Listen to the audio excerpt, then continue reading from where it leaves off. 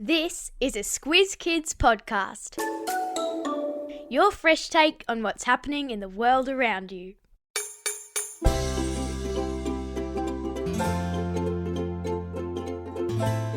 Rats that save lives, frogs that pretend to be insects, and plants that can count. This is your Squiz Kids Shortcut to Clever Critters, a podcast where we dive into the who, what, when, where, why and how of the big news stories. I'm Amanda Bauer. And I'm Bryce Corbett. Recently on Squiz Kids, we've heard about cluey cockatoos that have taught each other to open sulo bins, genius border collies that have learned the names of hundreds of objects, and precious pigs keeping us safe in the skies. There's definitely more to our furry, scaly and feathered friends than we think. There certainly is, Amanda, and today we'll take you through why some animals have these amazing abilities, how humans are using clever critters, and what we know about plant intelligence. Listen carefully, there's a squiz at the end. Why? Bryce, I'm no zoologist. That's a person who studies animals for a living. But I think there are three main reasons why some animals have developed incredible abilities. Oh, yeah. The first is to stay alive. Have a listen to this. What do you think that is? Oh, sounds like insects to me. And that is exactly what Peter Frine amoensis wants you to think. What? That is the name for the world's smallest frog, also the world's tiniest vertebrate. Vertebrate, meaning, of course, any animal with a spine. Exactly. Now, these vertebrates, which were first discovered in Papua New Guinea in 2009, are smaller than your tiniest fingernail. Wow. They've evolved to have two very clever behaviours. So the first is that they make this call that sounds like an insect. So any predator hungry for a lunch of frog's legs passes on by. Second, they can jump 30 times their body length. Wow. So if something does get close, they leap away quickly. Now that is smart. Sure is. There's a video in your episode notes. Now, the second reason I think that some animals have special abilities is because it just makes their lives easier. Like those cockatoos we've talked about on Squiz Kids today. One kind was making tools to open up fruits to eat. The others had learned how to open up wheelie bins and taught their friends too. Well, I know I'd rather be eating fruit than rubbish. There are lots of examples of animals using tools, even though not that long ago we humans thought that was what made us special.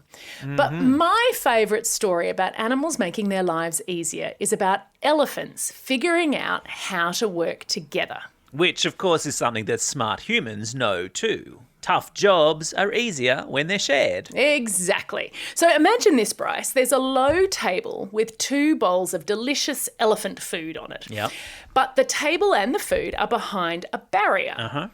There are two ropes attached to the table, and the ropes stick out past the barrier. Okay, so the only way to get the food is to pull on the rope and slide the table under the barrier. You are thinking like a hungry elephant. Nice one. Now, the problem is, if only one elephant pulls on the rope, it becomes unthreaded from the table. I see. The only way to get those bowls of food past the barrier is for two elephants to cooperate and pull at the same time. Right. Exactly. Now, not only did elephants quickly learn that they had to work together, if they arrived at the barrier on their own, they waited for another elephant to come along. Ah, that is cool. What clever critters. You said that there was one more reason why animals do clever things. Yeah, and this I have to say is my favourite. They do clever things to have fun. Oh, cool. I have put the best video in your episode notes of a clever cockatoo called Snowball, who is the first non-human animal to have been scientifically proven to be able to dance to a beat. Love it. Snowball has 14 different dance moves. His favourite tunes are the Backstreet Boys. Of course. And Excellent some taste, though. animals will do a dance to attract a mate and others to scratch an itch, but not in time to music. And scientists have spent a lot of time with Snowball and they reckon he's grooving out just because it's fun. Now, we all love a bit of fun, but you mentioned that some of these clever animals are being used by humans. You know what I'm going to ask next, don't you? How? Well, anyone who's been to the airport has probably seen customs officers using super smart dogs to sniff out banned items. But Bryce, did you know that rats are used to What? sniff out disease? Wow.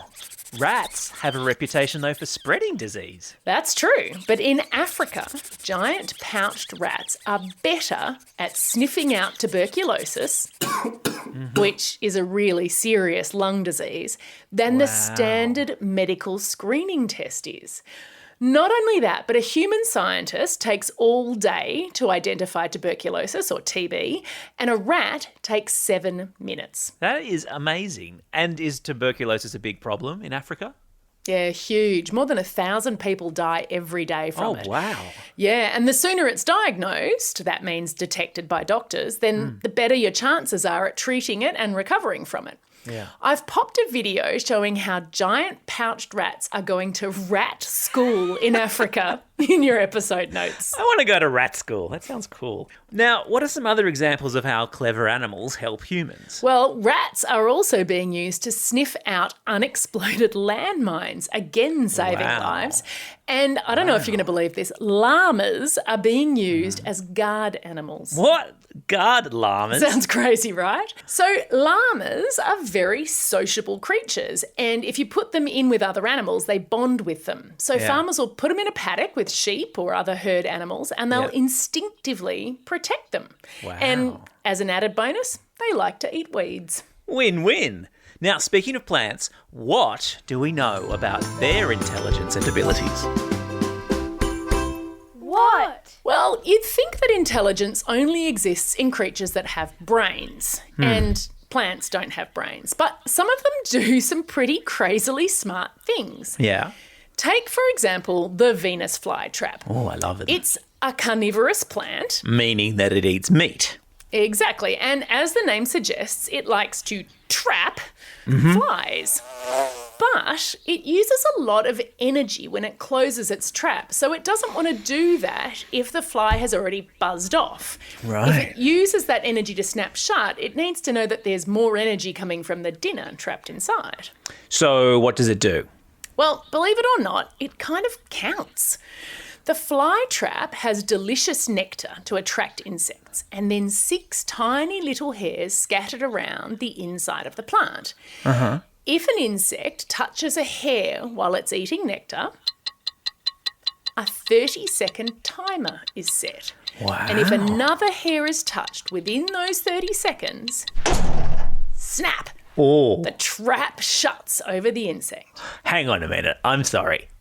A plant that can count to 30? Well, it's not exactly counting like we think of it. Right. Scientists have finally figured out how the Venus flytrap does it. They figured this out last year, and it's Yeah. pretty complicated stuff. But basically, when that first hair is touched, it causes the flytrap to release atoms of calcium. And in all living things, calcium works as a messenger between cells. Wow. A second touch of the hair releases more calcium. And if those 2 hairs are touched within that 30 seconds, there's enough concentration of calcium in the fly trap to send the message that the trap should shut. Wow, that is amazing. So it's the chemistry of the plant that's doing the counting. Exactly. It's not really learning numbers, and it's definitely not able to learn words, unlike many of the incredible animals we've talked about today. Time for the quiz. This is the part of the podcast where you get to test how well you've been listening. Question number 1. What's the disease that's being sniffed out by rats in Africa? That's right, it's tuberculosis, or TB. Question number 2. Which large animals learned how to cooperate to get food? You got it. It was elephants. Question number 3. What kind of bird has 14 groovy dance moves? That's right, it's the cockatoo called Snowball. That's all we have time for today. Thanks for joining us as we explored the who, what, how, where, when, and why of clever critters. Now get out there and have a most excellent day. Over and out.